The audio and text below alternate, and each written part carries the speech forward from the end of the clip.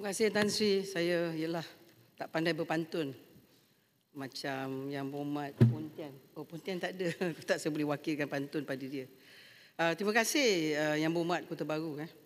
Tan Sri Yang Di-Pertua, untuk maklumat ahli-ahli Yang Berhormat, cadangan untuk memisahkan kuasa antara Peguam Negara dan Pendakwa Raya adalah sebahagian daripada agenda reformasi institusi yang sangat penting dan sentiasa diberi perhatian serius oleh Kerajaan Madani.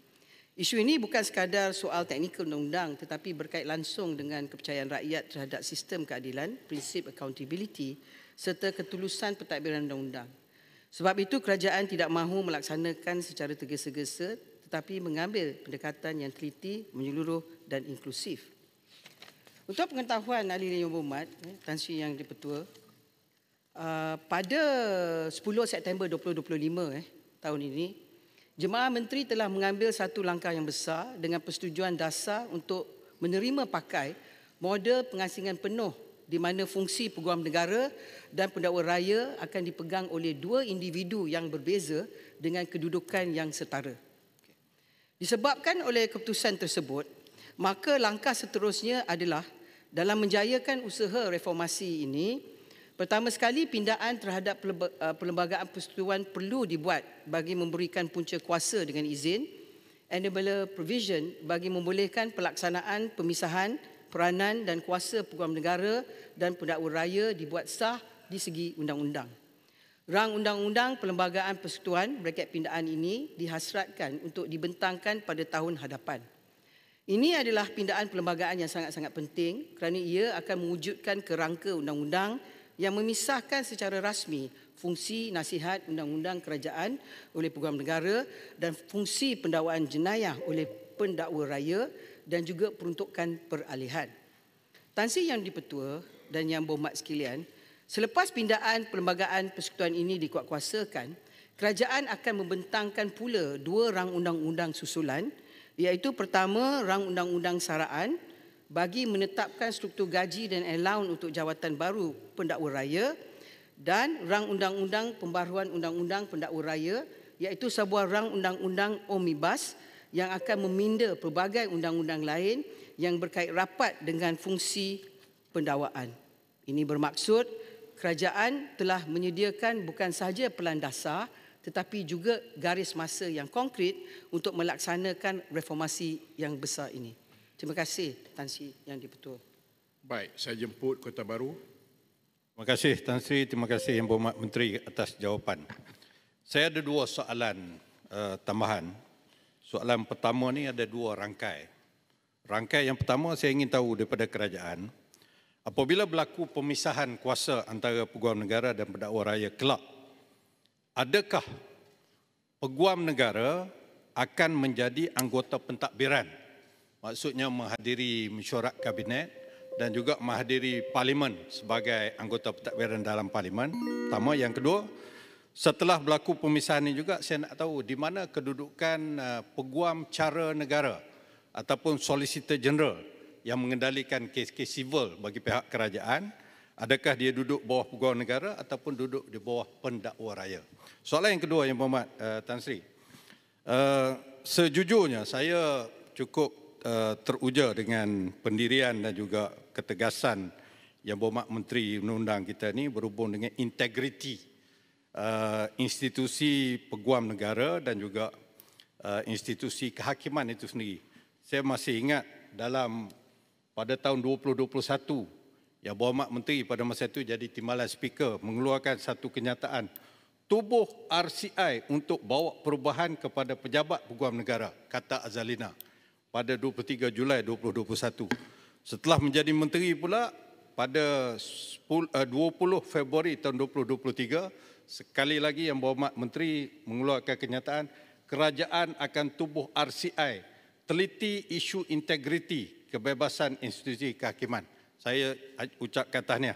Cuma saya nak tanya sekarang ni, setelah Yang Berhormat menjadi Menteri Undang-Undang dan Reformasi Institusi hampir 3 tahun, soalan saya semudah saya, adakah kerajaan ataupun Yang Berhormat sendiri bercadang ataupun mencadangkan kepada kerajaan untuk mewujudkan satu RCI yang menyentuh isu integriti khusus dalam Jabatan Peguam Negara, iaitu yang pertamanya berkaitan dengan tindakan menyorok addendum yang telah dikeluarkan oleh Yang di-Pertuan Agong ke-16 kepada mantan Perdana Menteri Datuk Seri Najib Razak, sehingga Mahkamah Persekutuan telah mengesahkan bahawa titah addendum wujud, sedangkan sebelum daripada itu Peguam Negara menyembunyikan addendum ini.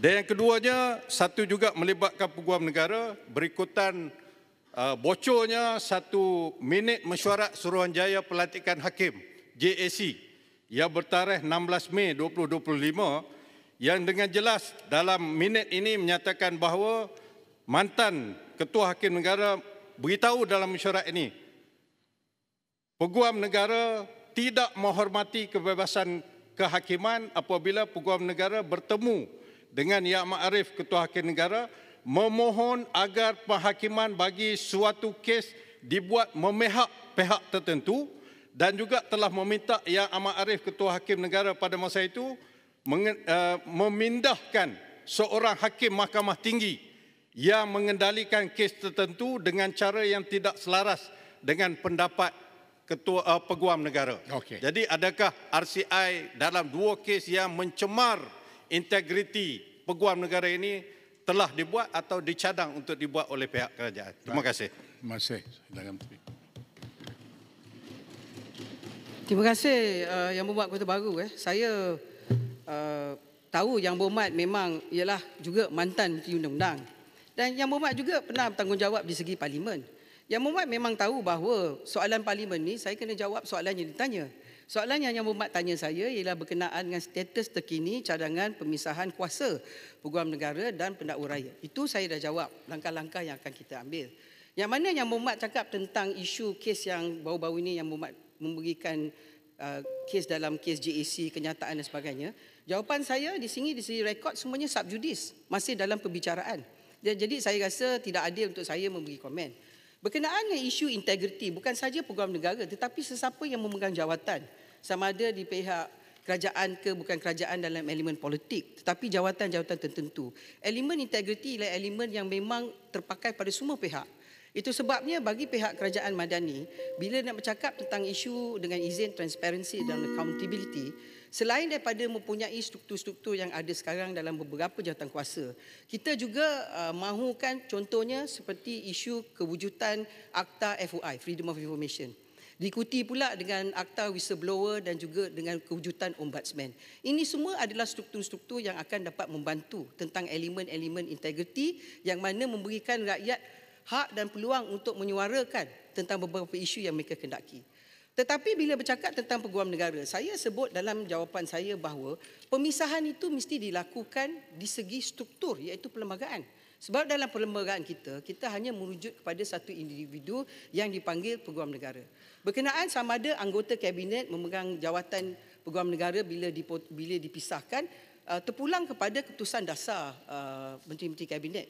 Tetapi apa yang kita nak lihat ialah, saya nak rujuk kepada kenyataan media oleh Yang Berhormat Kota Baru sendiri baru-baru ni. Saya rasa pada bulan Mac 2025. Yang Berhormat sendiri selaku mantan Menteri Undang-Undang telah mengatakan bahawa pemisahan ini dilihat sesuatu yang baik. Sebab selalunya bila bercakap tentang Peguam Negara, dilihat dalam kapasiti menasihati kerajaan. Berbeza dengan pendakwa raya yang dilihat sebagai profesional prosecutor dengan izin. Itu sebabnya Yang Berhormat juga telah mengatakan bahawa contoh yang paling dekat ialah penasihat undang-undang di peringkat negeri. Penasihat undang-undang di peringkat negeri menasihati kerajaan negeri, dan dia kadang-kadang duduk dalam mesyuarat EXCO atas jemputan. Dan isunya sama ada kita nakkan supaya Peguam Negara itu datang ke Parlimen. Sudah tentu Peguam Negara datang ke Parlimen kena menjadi seorang ahli Parlimen, sama ada seorang senator ataupun seorang ahli Parlimen. Itu kalau kita kena datang ke Parlimen. Tapi hari ini Yang Berhormat pun sedar dan tahu bahawa Peguam Negara bagi untuk menjawab soalan keputusan Peguam Negara dan seterusnya, Menteri bertanggungjawab yang menjawab bagi pihak. Tetapi itu bukan keputusan Menteri. Jadi saya nak berbalik kepada jawapan saya. Contohnya yang saya cakap tentang isu Undang-Undang 19, akta-akta lain yang kita kena buat pindaan. Bererti bukan saja pindaan kepada perlembagaan, tetapi pelaksanaan kepada undang-undang lain yang perlu kita buat.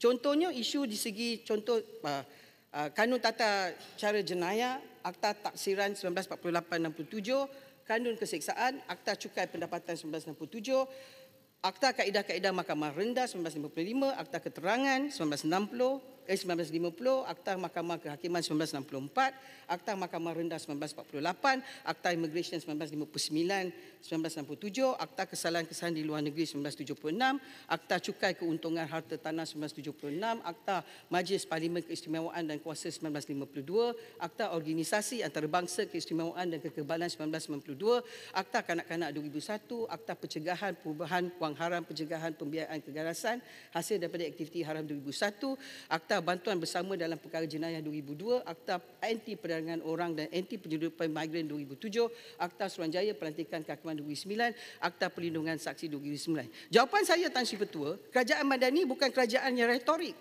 Hanya cakap. Berbeza dengan Yang Berhormat, masa menjadi Menteri Undang-Undang tahun 2020, bercakap tentang Jawab soalan pemisahan lah, kuasa. Jawablah soalan, jangan melelong-melelong. You are playing politics. Dengan kami. Apa Kami ni? cakap, kami Jawab buat. soalan, Dia very tak buat. easy. Jadi dia Soalan saya senang saja. Tahun 22 Jawablah. bercakap. Jadi Tak Tan nak Sri Yang jawab, Ketua, cakap tak nak jawab. cukuplah. Tak berani jawab. Kami cakap, kami buat. #We walk the talk. Please answer Terima kasih, my Tan Sri Yang question. Ketua. Speaker. Saya dah beritahu. Pak Tuan Dewan. Jap. Lu tunggu jap. Bagi saya cakap dulu. Speaker sedang cakap. Duduk jap. Saya tadi baru hengko motor. Hengko dia nak jalan pelan-pelan. Rupanya pakai RZ tu yang laju ini. Belum 35 hari lagi dah. Save your energy. Save your energy. Terima kasih. Speaker. Dia sepatutnya slow sikit lah pagi-pagi ni. Pelan-pelan cakap. Bagi saya faham. Pelan-pelan tu. Pelan-pelan. Faham Ya, faham. Okey. Saya setuju dengan apa yang dikatakan oleh Kapolter baru. Isu apa ni? Isu apa? Isu sekarang ni etika berpakaian. Apa dia? Etika berpakaian. Saya masih tanya lagi. Perkara 41. Baik, 41. keputusannya lah Speaker membenarkan pakaian ini. Dan keputusan Boleh pakai. Speaker. Orang lelaki boleh pakai itu tak? Speaker boleh. Wanita untuk wanita boleh. Orang lelaki tak boleh pakai? Orang lelaki tak boleh. Wanita saja. Okey, terima kasih. Okey. Silakan Tampin. Ada soalan?